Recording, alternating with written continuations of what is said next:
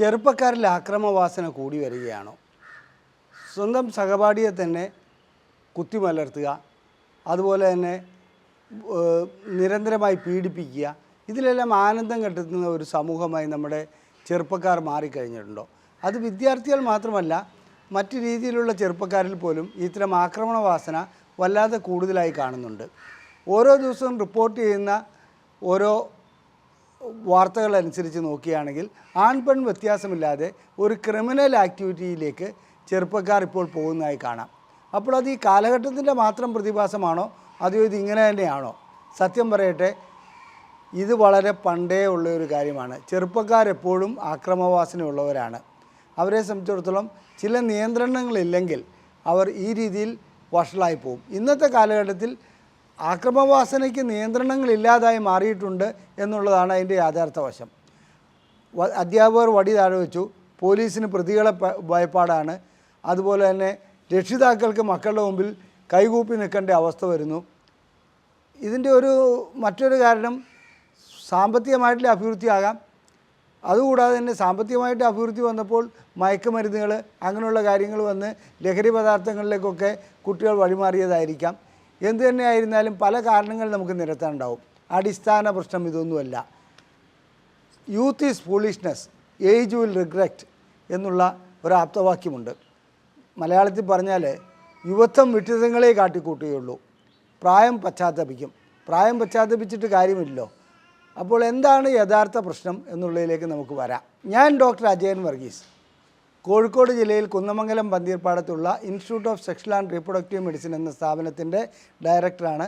International association of sexual medicine practitioners modern medicine എന്ന അസോസിയേഷൻ്റെ അഖിലേന്ത്യാ ചെയർമാനുമാണ്.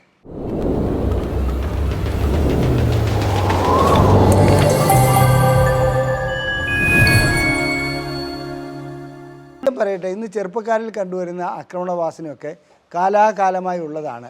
പക്ഷേ അതിന് നിയന്ത്രണങ്ങളുണ്ടായിരുന്നു. ആ നിയന്ത്രണങ്ങളില്ലാത്തതുകൊണ്ടാണ് ഇന്ന് ചെറുപ്പക്കാർ നാം പ്രതീക്ഷിക്കാത്ത രീതിയിലുള്ള ആക്രമണത്തിലേക്ക് പോകുന്നത്. അതിൻ്റെ യഥാർത്ഥ കാരണം ടെസ്റ്റോസ്റ്റിറോൺ എന്ന ഹോർമോണാണ്. അതായത് ടെസ്റ്റോസ്റ്റിറോൺ ഒരു ലൈംഗിക ഹോർമോണാണ്.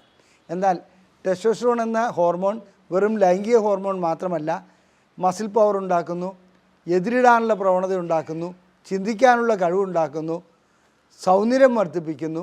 ഈ കാര്യങ്ങളെല്ലാം ചെയ്യുന്നത് ടെസ്റ്റോസ്റ്റിറോണാണ്. അപ്പോൾ ചെറുപ്പക്കാരിൽ ഒരു അഡോളസൻസ് പീരീഡിൽ, അതായത് ഒരു ടീനേജിലേക്ക് വരുമ്പോൾ 12 വയസ്സ് 13 വയസ്സിലേക്ക് തുടങ്ങുമ്പോൾ ടെസ്റ്റോസ്റ്റിറോണിൻ്റെ അളവ് വളരെയധികം കൂടുന്നുണ്ട്. ഈ അളവ് കൂടുമ്പോൾ അതിക്രമം കാണിക്കുക എന്നുള്ളതൊരു പ്രവണതയാണ്. ആ അതിക്രമത്തെ നിയന്ത്രിക്കുവാൻ വേണ്ടി സ്വാഭാവികമായിട്ടും ലൈംഗികതയിലേക്ക് മാറുകയാണെങ്കിൽ ആ അതിക്രമം ഉണ്ടാകുകയില്ല. അവിടെ ടെസ്റ്റോസ്റ്റിറോണിൻ്റെ ഉപയോഗം നടക്കുന്നുണ്ട്. എന്നാൽ ഈ 12 വയസ്സുള്ള കുട്ടികളും 12 വയസ്സ് മുതൽ 19 വയസ്സ് വരെ നമുക്ക് അതിൻ്റെ ടീനേജ് എന്ന് പറയുമ്പോൾ, അതായത് 13 മുതൽ 19 വരെ, ആ പ്രായത്തിൽ എന്തായാലും വിവാഹം അനുവദിക്കപ്പെട്ടിട്ടുള്ളതല്ല. കാരണം വിവാഹം തന്നെ കൃത്രിമമായുള്ളൊരു ഇടപാടാണ്, അല്ലാണ്ട് പ്രകൃതിദത്തമായ ഒന്നല്ല. നമ്മുടെ സമൂഹത്തിൽ ചില നിയന്ത്രണങ്ങൾക്ക് വേണ്ടി ഉണ്ടാക്കി വച്ചിരിക്കുന്ന ഒരു വ്യവസ്ഥ മാത്രമാണ് വിവാഹം. അതേസമയത്ത് മനുഷ്യൻ അടിസ്ഥാനപരമായി പോളിഗാമിയാണോ മോണോഗമിയാണോ എന്ന് ചോദിച്ചാൽ അടിസ്ഥാനപരമായി പോളിഗാമിയാണ്. അതിന് നിയന്ത്രണങ്ങൾ ഉണ്ടാക്കി മോണോഗാമിയിലേക്ക് കൊണ്ടുവന്ന് സമൂഹത്തിൻ്റെ സുരക്ഷ ഉറപ്പാക്കുന്നതിന് വേണ്ടിയാണ് വിവാഹമുള്ളത്. ചില ജന്തുക്കളിൽ മോണോഗാമി മാത്രമായി കാണുന്നുണ്ട്. ഒരു മലയെലിയുണ്ട്, നോർത്ത് അമേരിക്കയിലാണെന്ന് തോന്നുന്നു. അതതിൻ്റെ ഇണ മരിച്ചു പോവുകയാണെങ്കിൽ പിന്നീട് ഒരിക്കലും മറ്റൊരു ഇണയുമായി ഇണ ചേരുകയില്ല. മാത്രമല്ല, ഇണയുള്ള സന്ദർഭത്തിൽ മറ്റൊരു ലിംഗത്തിൽപ്പെട്ട ഇത് വരികയാണെങ്കിൽ അതിനെ സ്വീകരിക്കുകയുമില്ല. അങ്ങനെ സ്വീകരിക്കാത്തതിൻ്റെ കാരണം അത് സ്ട്രിക്ട്ലി മോണോഗാമി ആയതുകൊണ്ടാണ്. ഉയർന്ന ജന്തുക്കളിലേക്ക് വരുമ്പോൾ ഏറെക്കുറെ മോണോഗാമി നമ്മൾ കാണുന്നുണ്ട്. എന്നിരുന്നാലും മനുഷ്യൻ്റെ കാര്യത്തിൽ മോണോഗാമിയാണെന്ന് നമുക്ക് തീർപ്പ് കൽപ്പിക്കാൻ കഴിയില്ല. മനുഷ്യരിൽ മോണോഗാമി ഉണ്ടെന്ന് മാത്രം. അപ്പോൾ ടെസ്റ്റോസ്റ്റിറോൺ ഹോർമോണിലേക്ക് വരാം. ഈ ടെസ്റ്റോസ്റ്റിറോൺ ഹോർമോൺ നമ്മുടെ ശരീരത്തിൽ ഉയർന്നു വരുമ്പോൾ നമുക്ക് ചിന്തിക്കാനുള്ള കഴിവ് കൂടുന്നെന്ന് ഞാൻ പറഞ്ഞു. അതുപോലെ തന്നെ ആക്രമവാസനയും കൂടുന്നുണ്ട്. അപ്പോൾ ഏതെങ്കിലും രൂപത്തിൽ തനിക്കിഷ്ടപ്പെടാത്ത എന്തെങ്കിലും കാണുകയാണെങ്കിൽ അതിനെ അടിച്ച് തകർക്കുക, അല്ലെങ്കിൽ ആക്രമണത്തിലേക്ക് പോവുക എന്നുള്ളത് ചെറുപ്പക്കാർ കാണിക്കുന്നതിൻ്റെ പ്രധാനപ്പെട്ട കാരണം ഈ ടെസ്റ്റോസ്റ്റിറോൺ ഹോർമോൺ എന്ന ലൈംഗിക ഹോർമോണിൻ്റെ കൂടുതലാണ്. അഥവാ അത് കൂടിക്കൊണ്ടേയിരിക്കും. പിന്നെ ഒരു 30 വയസ്സ് വരെയാണ് ഈ കൂടുതലുണ്ടാകുക. അതിനുശേഷം ടെസ്റ്റോസ്റ്ററോണിൻ്റെ അളവ് 1% വെച്ച് കുറഞ്ഞ് താഴോട്ട് വരുന്നു. ഇങ്ങനെ ഒരു പരിധി എത്തുമ്പോൾ താഴോട്ട് വരുമ്പോൾ അതിനെ നമ്മൾ ആൻഡ്രോപോസ് എന്ന് പറയും. ലൈംഗികമായിട്ടുള്ള ശേഷി നഷ്ടപ്പെടുന്നു, ചിന്തിക്കാനുള്ള കഴിവ് നഷ്ടപ്പെടുന്നു, അതുപോലെ തന്നെ മസിൽ പവറുകൾ കുറയുന്നു. ഇത്തരം കാര്യങ്ങളെല്ലാം സംഭവിക്കുന്നുണ്ട്. അപ്പോൾ ആക്രമവാസന കുട്ടികളിൽ കണ്ടുവരുന്നത് അവരുടെ ലൈംഗികത വഴിതിരിഞ്ഞു പോകുന്നതാണെന്ന് ഞാൻ പറഞ്ഞാൽ ഒരുപക്ഷെ അതൊരു വിവാദ വിഷയമായി മാറും. എന്നാൽ വാസ്തവം അതാണ്, ശാസ്ത്രീയമായും അതാണ്. അവരെ സംബന്ധിച്ചിടത്തോളം ലൈംഗികമായി ബന്ധപ്പെടാനുള്ള അവസരങ്ങൾ ലഭിക്കാതെ വരുന്നു. നിയമപരമായി അവർക്ക് ലൈംഗികം നിഷിദ്ധമാക്കപ്പെട്ടിരിക്കുകയാണ്. ഇത് ശരിയാണോ തെറ്റാണോ എന്ന് ചോദിച്ചാൽ ശാസ്ത്രീയമായി പറയട്ടെ അത് തെറ്റാണ്, അതേസമയത്ത് നിയമപരമായി പറയട്ടെ അത് ശരിയുമാണ്. അങ്ങനെ നിയമം അനുസരിച്ച് പോവുകയല്ലാതെ നമുക്ക് നിവൃത്തിയില്ല. ഇനി വിവാഹത്തിനൊരു പ്രായം നിർണ്ണയിക്കണോ വേണ്ടോ എന്നുള്ളതാണ് അടുത്ത ചോദ്യം വരുന്നത്. സാധാരണ രീതിയിൽ എല്ലാ രാജ്യങ്ങളിലും വിവാഹത്തിന് പ്രായമുണ്ട്, പ്രായപരിധിയുണ്ട്. ഈ പ്രായപരിധി ശാസ്ത്രീയമായി കണക്കാക്കപ്പെട്ടിട്ടുള്ളതാണോ എന്നുള്ളത് സംശയിക്കേണ്ടിയിരിക്കുന്നു. ചില രാജ്യങ്ങളിൽ വിവാഹപ്രായം 12-13 ഒക്കെ ആയിരിക്കാം, ചിലയിൽ 18, ചിലയിലേക്ക് ഇന്ത്യയിലെ പ്രായം 21 കടന്നിരിക്കുന്നു. അപ്പോൾ ഇത്രയും കാലം നമ്മുടെ ശരീരത്തിൽ ഉൽപ്പാദിപ്പിക്കപ്പെടുന്ന ടെസ്റ്റോസ്റ്ററോൺ ഹോർമോൺ അടക്കി നിർത്തുക എന്ന് പറഞ്ഞാൽ അതത്ര എളുപ്പമുള്ള കാര്യമല്ല. നിയമം ഉണ്ടാക്കുന്നത് നമ്മളെ സംബന്ധിച്ചിടത്തോളം അതായത് രാജ്യസഭയിലും ലോകസഭയിലും അവിടെയുള്ള എംപിമാർ തീരുമാനിച്ച് അവരുടെ ഭൂരിപക്ഷത്തിനനുസരിച്ച് നിയമം ഉണ്ടാക്കാം. അത് ശാസ്ത്രീയമായി യോജിക്കുന്ന ഒന്നാണോ ഇല്ലയോ എന്നുള്ളത് നമുക്ക് തീർപ്പ് കൽപ്പിക്കാൻ പറ്റില്ല. ചിലപ്പോൾ അല്ലാത്ത നിയമങ്ങളും ഉണ്ടാകാറുണ്ട്. ഉദാഹരണമാണ്, പണ്ട് ഹോമോസെക്ഷാലിറ്റി ഇന്ത്യയിൽ നിരോധിക്കപ്പെട്ടിരുന്നു, തെറ്റാണെന്ന് വ്യാഖ്യാനിച്ചിരുന്നു. ഇന്നോ നിയമം മാറി. പണ്ട് ഒരു പുരുഷൻ മറ്റൊരുത്തിൻ്റെ ഭാര്യയുമായി ലൈംഗിക ബന്ധത്തിൽ ഏർപ്പെട്ടാൽ ക്രിമിനൽ കുറ്റമായിരുന്നു, ആ നിയമം മാറി. അപ്പോൾ നിയമങ്ങൾ മാറുവാനുള്ളതാണ്. ഈ ലൈംഗിക ബന്ധം കുട്ടികളെന്ന് ഞാൻ ഉദ്ദേശിക്കുന്നത് പ്രായപൂർത്തിയായവർ. എൻ്റെ ഭാഷയിൽ പ്രായപൂർത്തി എന്ന് പറയുമ്പോൾ അവർക്ക് ശാരീരികമായ വളർച്ചയും സെക്കൻഡറി സെക്ഷൽ ക്യാരക്ടറും ഒക്കെ വന്ന പ്രായമാണ്. ആ പ്രായമായ വ്യക്തികൾക്ക് ലൈംഗിക ബന്ധം നിഷേധിക്കുവാൻ സമൂഹത്തിന് അവകാശമുണ്ടോ എന്നുള്ളതാണ് ചോദ്യം. നിയമപരമായിട്ട് അത് നിഷേധിക്കപ്പെട്ടിരിക്കുകയാണ്. സമൂഹത്തിന് അങ്ങനെ അവകാശമുണ്ടോ എന്ന് ചോദിച്ചാൽ അത് തന്നെ പണ്ട് നമ്മുടെ ഒരു വ്യക്തിയുടെ സ്വാതന്ത്ര്യത്തെ ഹനിക്കുന്നതല്ലേ എന്നുള്ളത് നിയമജ്ഞർ പരിശോധിച്ച് ഉത്തരം നൽകേണ്ട കാര്യമാണ്. ലൈംഗിക ബന്ധത്തിൽ ഏർപ്പെടുന്ന കാര്യത്തിൽ പോക്സോയിലേക്ക് നമുക്ക് വരാം. 18 വയസ്സിന് താഴെയുള്ള ഒരു പെൺകുട്ടിയുമായിട്ട് ലൈംഗിക ബന്ധത്തിൽ ഏർപ്പെട്ടാൽ അത് പോക്സോ കേസിൽ വരും, കൺസെൻറ്റ് ഉണ്ടെങ്കിൽ കൂടി. ഇങ്ങനെ കൺസെൻറ്റുള്ള ബന്ധമാണെങ്കിൽ കൂടി 18 വയസ്സിന് താഴെയുള്ള കുട്ടിക്ക് കൺസെൻറ്റ് നൽകുവാനുള്ള അധികാരമില്ല എന്നുള്ളതാണ് പറയുന്നത്. പക്ഷേ പ്രകൃതി അവൾക്ക് അധികാരം നൽകുന്നുണ്ട്. പ്രകൃതി ആ രീതിയിലുള്ള ലക്ഷണങ്ങളെല്ലാം അവളിൽ കാണിക്കുന്നുണ്ട്. അവൾ ആർത്തവം ആരംഭിച്ചിരിക്കുന്നു, അവരുടെ പ്രായപൂർത്തിയായിരിക്കുന്നു എന്നുള്ളതിൻ്റെ ഏറ്റവും വലിയ തെളിവ് അതാണ്. അപ്പോൾ നമ്മൾ നിയമം വഴി അതിന് വിലങ്ങ് ഏർപ്പെടുത്തുന്നത്, അതിന് തടസ്സം നിൽക്കുന്നത് ശരിയാണോ എന്നുള്ളത് നിയമജ്ഞർ ചിന്തിക്കണം. ഇത്തരം നിയമങ്ങൾ വരുമ്പോൾ തീർച്ചയായിട്ടും നമ്മളതിനകത്തെ തെറ്റും ശരിയും വ്യാഖ്യാനിക്കുവാൻ അത്ര എളുപ്പമുള്ള കാര്യമല്ല. എന്നാൽ വിവാഹപ്രായം ആ ലെവലിലേക്ക് കൊണ്ടുപോയില്ലെങ്കിൽ ഇവിടെ ഒട്ടനവധി പ്രശ്നങ്ങൾ വേറെ ഉണ്ടാകുന്നുണ്ട്. പോപ്പുലേഷൻ കൺട്രോൾ ഇല്ലാതെ വരും, അതുപോലെ മറ്റ് പല രീതിയിലുള്ള പ്രശ്നങ്ങളുണ്ടാവും. പക്ഷേ ലൈംഗികത നിഷേധിക്കുവാൻ നമുക്ക് അവകാശമുണ്ടോ എന്നുള്ളതാണ് ചോദ്യം. ഒരു വ്യക്തിക്ക് ലൈംഗികമായി ബന്ധപ്പെടുവാൻ അതിന് പ്രായപരിധി നിർണ്ണയിക്കുവാൻ നമുക്ക് എന്ത് അവകാശമാണുള്ളത്? അപ്പോൾ എവിടെയെങ്കിലും വെച്ചൊരു കട്ട് ഓഫ് പോയിൻ്റ് വേണ്ടേ? ആർക്കും എപ്പോഴും ഏത് രീതിയിലും ലൈംഗിക ബന്ധത്തിലേക്ക് ഏർപ്പെടാമെന്ന് നമുക്ക് തീരുമാനിക്കാൻ കഴിയുമോ? ഇനി ലൈംഗിക ബന്ധത്തിൻ്റെ കാര്യത്തിൽ ഫ്രോയിഡിൻ്റെ സ്റ്റഡിയിൽ സിഗ്മണ്ട് ഫ്രോയിഡ് സ്റ്റഡി നടത്തിയിട്ടുണ്ട്. ഫാലിക് സ്റ്റേജിൽ കുട്ടികൾ ലൈംഗിക ബന്ധത്തിൽ ഏർപ്പെടുന്നതായി കണ്ടിട്ടുണ്ട്. ഇത് സ്വാഭാവികം എല്ലായിടത്തും സംഭവിക്കുന്നതുമാണ്.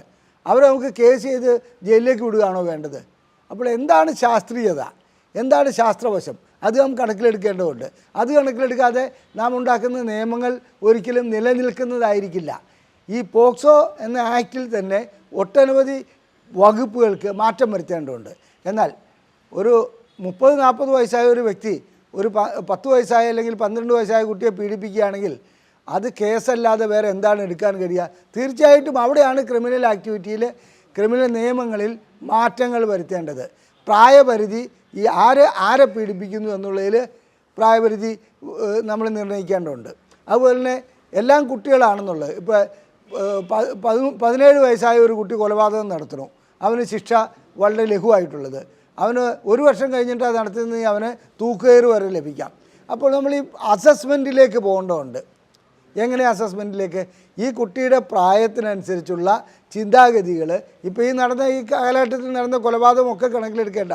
കുട്ടികളാണ് കൊലപാതകം ചെയ്യുന്നതുകൊണ്ട് അവരെ സംബന്ധിച്ചിടത്തോളം അവർക്ക് ചിന്തിക്കാനുള്ള കഴിവുണ്ടോ, അവരുടെ മെൻ്റൽ സ്റ്റാറ്റസ് എന്താണ്, ഇതെല്ലാം നോക്കിയിട്ട് മാത്രമേ ഈ കുട്ടിയെ കുട്ടി എന്ന ഗണത്തിൽപ്പെടുത്തണമോ എന്നുള്ളത് നമ്മൾ കണക്കിലെടുക്കാവുള്ളൂ.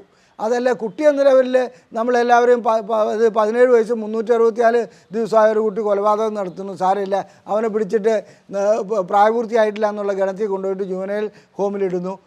അങ്ങനെയല്ല വേണ്ടത്.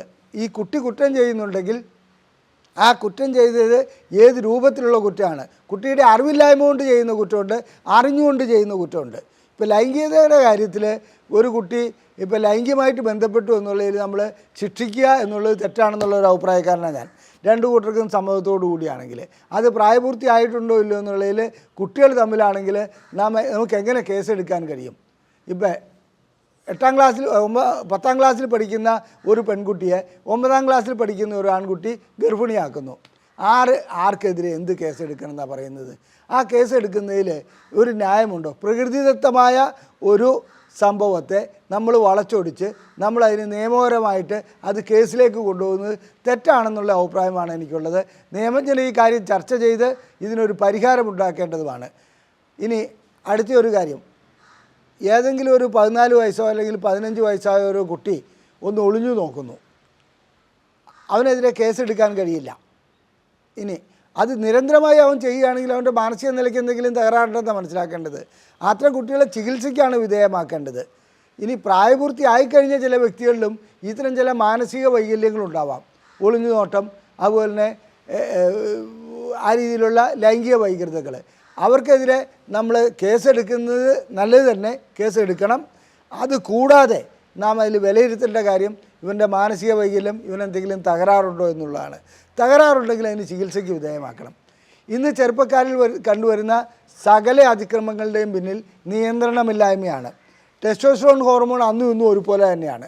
പക്ഷേ അന്ന് ടെസ്റ്റോസ്റ്ററോൺ കൂടുതലായതുകൊണ്ട് ഒരു പ്രവൃത്തി ചെയ്യുന്നതിന് അല്ലെങ്കിൽ ഒരു അതിക്രമം കാണിക്കുന്നതിന് ഭയപ്പാടുണ്ടാകുമായിരുന്നു. ഇന്ന് ഭയപ്പാടില്ലാത്തതിൻ്റെ കാരണം സാമ്പത്തികമായിട്ടുള്ള നമ്മുടെ വളർച്ചയും അതുപോലെ തന്നെ കുട്ടികളുടെ കയ്യിൽ ആവശ്യത്തിൽ കൂടുതൽ പണം വന്നതും പിന്നെ നിയന്ത്രണങ്ങളില്ലാതെ മയക്കുമരുന്നുകൾ ലഭിക്കുന്നതും അധ്യാപകർ, പോലീസ്, രക്ഷിതാക്കൾ എന്നിവരെ ഭയമില്ലാതെ ആയതുമാണ്. ഞങ്ങൾ ലൈംഗിക പ്രശ്നങ്ങൾക്ക് ചികിത്സ നടത്തുന്ന ഒരു സ്ഥാപനമാണ്. ഇവിടെ ഒട്ടനവധി കേസുകൾ ഈ രൂപത്തിലുള്ളത് വരുന്നുണ്ട്, കുട്ടികളെ കൗൺസിലിങ്ങിനും മറ്റുമായിട്ട്. ഇതിൽ നിന്ന് ഞങ്ങൾ മനസ്സിലാക്കിയ ഒരു കാര്യം എന്താണെന്ന് വെച്ചാൽ കാലഘട്ടത്തിൻ്റെ മാറ്റം കൊണ്ട് കുട്ടികൾക്ക് ഒരു നിയന്ത്രണവുമില്ലാതെ ആയിട്ടുള്ളതാണ്. ഇതിന് നിയന്ത്രണം ഏർപ്പെടുത്തുന്ന രക്ഷിതാക്കൾ അവസാനം രക്ഷിതാക്കളല്ല അധ്യാപകർ ശിക്ഷിക്കപ്പെടുന്ന ഒരു അവസ്ഥ വരെ ഉണ്ടാകാറുണ്ട്. ആ രീതിയിൽ കുട്ടികൾക്ക് പരാതി കൊടുത്തു കഴിഞ്ഞാൽ ബാലസംരക്ഷണം അങ്ങനെയൊക്കെ പോകുന്നുണ്ട്. ഇതൊന്നുമല്ല വേണ്ടത്. തീർച്ചയായിട്ടും ബാലനാണെന്ന് കരുതി തീയിൽ കൈവച്ചാൽ പൊള്ളാതിരിക്കില്ല. ബാലന്മാരാണെങ്കിൽ കൂടി അവർക്ക് നിയന്ത്രണങ്ങൾ ഏർപ്പെടുത്തണം. അവരെ ശിക്ഷിക്കേണ്ടതാണെങ്കിൽ ശിക്ഷിക്കണം. ശിക്ഷ ഒരു പരിധിവരെ ഗുണം ചെയ്യുമെങ്കിൽ അങ്ങനെ പോകണം. വിവാഹപ്രായവും മറ്റും നാം ആ രീതിയിലല്ല ചിന്തിക്കേണ്ടത്, അതിനും മാറ്റം വരുത്തേണ്ടതുണ്ട്. ലൈംഗികമായ കാര്യങ്ങളിൽ ഒരു തുറന്ന ചർച്ചയും ലൈംഗിക വിദ്യാഭ്യാസവും ഇത്തരം കുട്ടികൾക്ക് കൊടുക്കേണ്ടതും ആവശ്യമാണ്. നിങ്ങൾക്ക് ഈ വീഡിയോ ഇഷ്ടപ്പെട്ടുവെങ്കിൽ ഇത് നിങ്ങളുടെ സുഹൃത്തുക്കൾക്ക് ഷെയർ ചെയ്യുക, ലൈക്ക് ചെയ്യുക. അതുപോലെ തന്നെ നിങ്ങളുടെ അഭിപ്രായങ്ങൾ കമൻറ്റ് ബോക്സിൽ രേഖപ്പെടുത്തുക. നിങ്ങൾക്ക് ലൈംഗികമായ എന്തെങ്കിലും സംശയങ്ങളുണ്ടെങ്കിൽ ഇവിടെ തന്നിരിക്കുന്ന വാട്സപ്പ് നമ്പറിൽ വാട്സപ്പ് ചെയ്യാവുന്നതാണ്. അതുപോലെ തന്നെ ഞങ്ങൾ പ്രസിദ്ധീകരിക്കുന്ന ബുക്ക്ലെറ്റുകൾ സൗജന്യമായി ലഭിക്കണമെന്നുണ്ടെങ്കിൽ ISRM എന്ന് ടൈപ്പ് ചെയ്ത് ഈ നമ്പറിലേക്ക് വാട്സപ്പ് ചെയ്താൽ മതി. PDF ഫോർമാറ്റിലുള്ള ബുക്ക്ലെറ്റുകൾ ഞങ്ങൾ വാട്സപ്പ് വഴിക്ക് അയച്ചു നൽകുന്നതാണ്. നന്ദി, നമസ്കാരം.